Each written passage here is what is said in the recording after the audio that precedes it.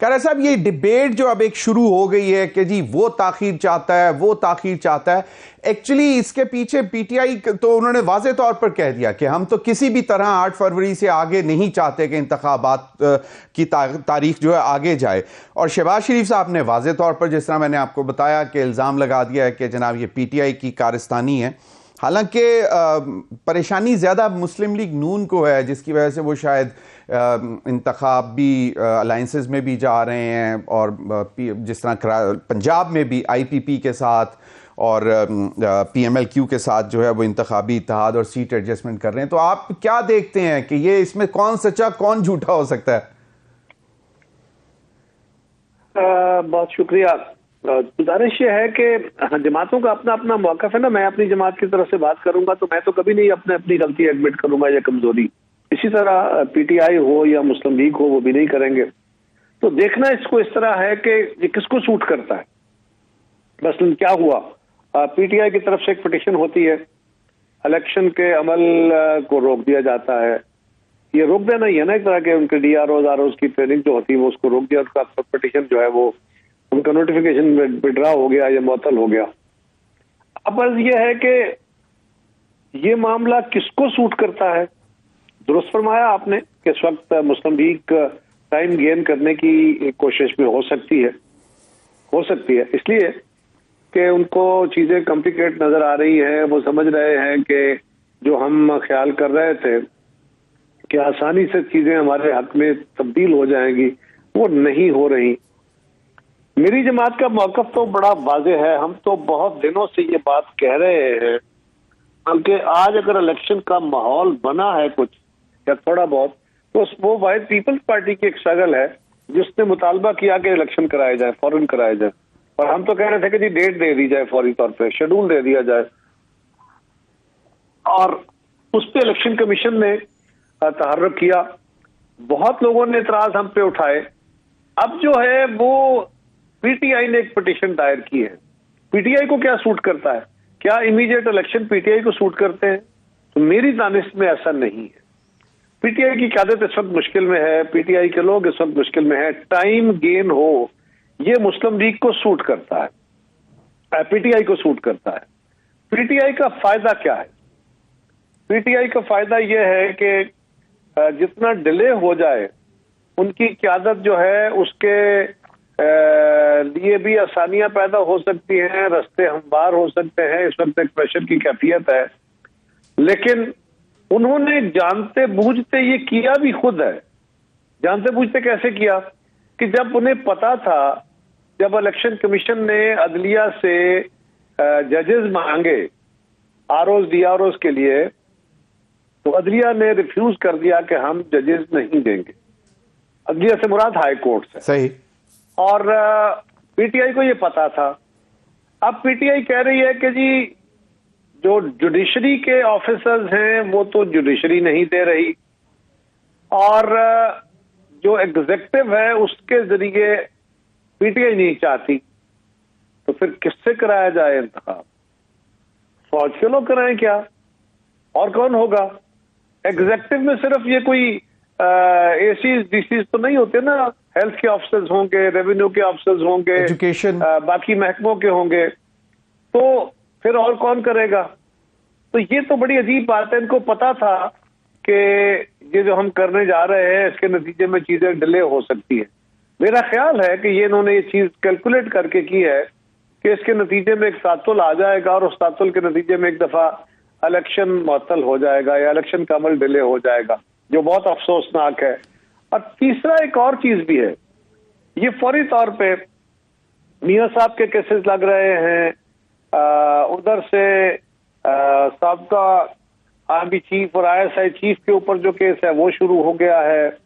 मुल्क के अंदर जो एक मुबाहिसा है वो कंफ्यूजन का है। लोग क्लैरिटी के साथ किसी तरफ नहीं देख पा रहे, बल्कि अगर सारी तवज्जो इधर होती कि इलेक्शन क्यों डिले हो रहे हैं, कौन क्या कर रहा है, तो चीजें और तरह होती।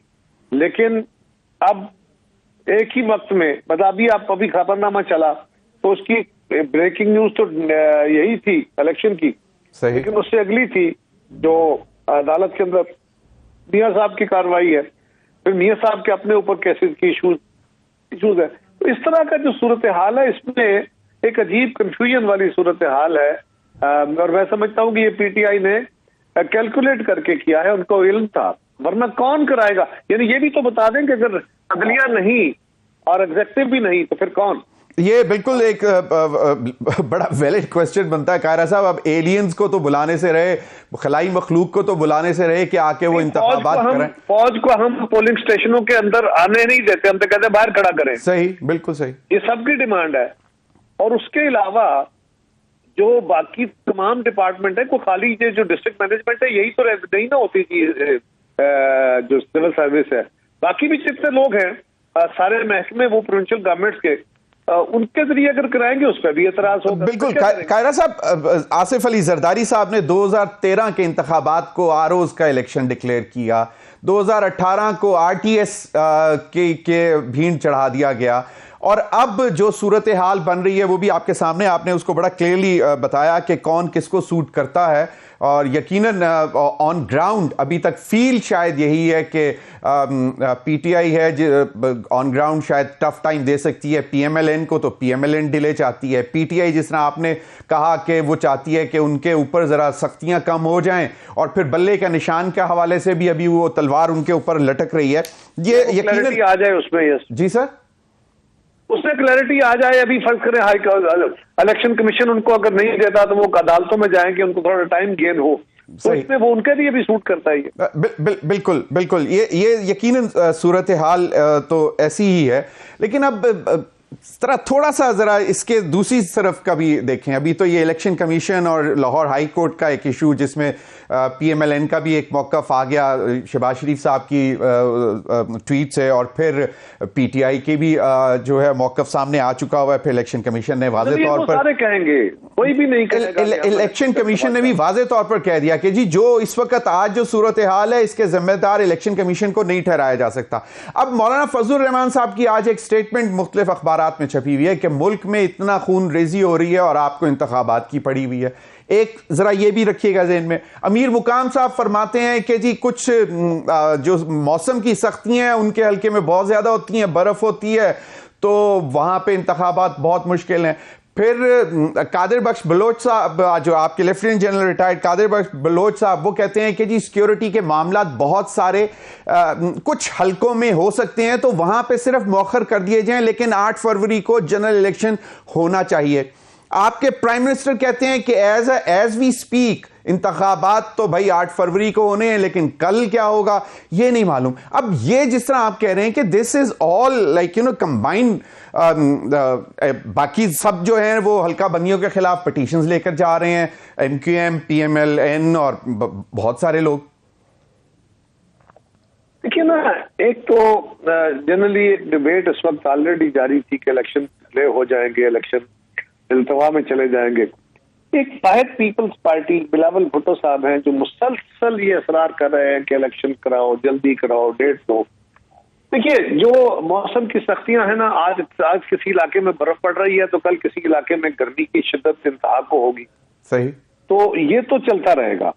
क्या बर्फबारी से या शिद्दत से, मौसम से वहां जिंदगी के मामूलात रुक जाते हैं, कारोबार हयात रुक जाती है? ऐसा नहीं है, जिंदगी चलती रहती है। हाँ, उसमें ज्यादा लोगों की पार्टिसिपेशन कम हो जाती है, एक्टिविटी कम हो जाती है, लेकिन जिंदगी चलती रहती है। तो आपने इसके साथ चलना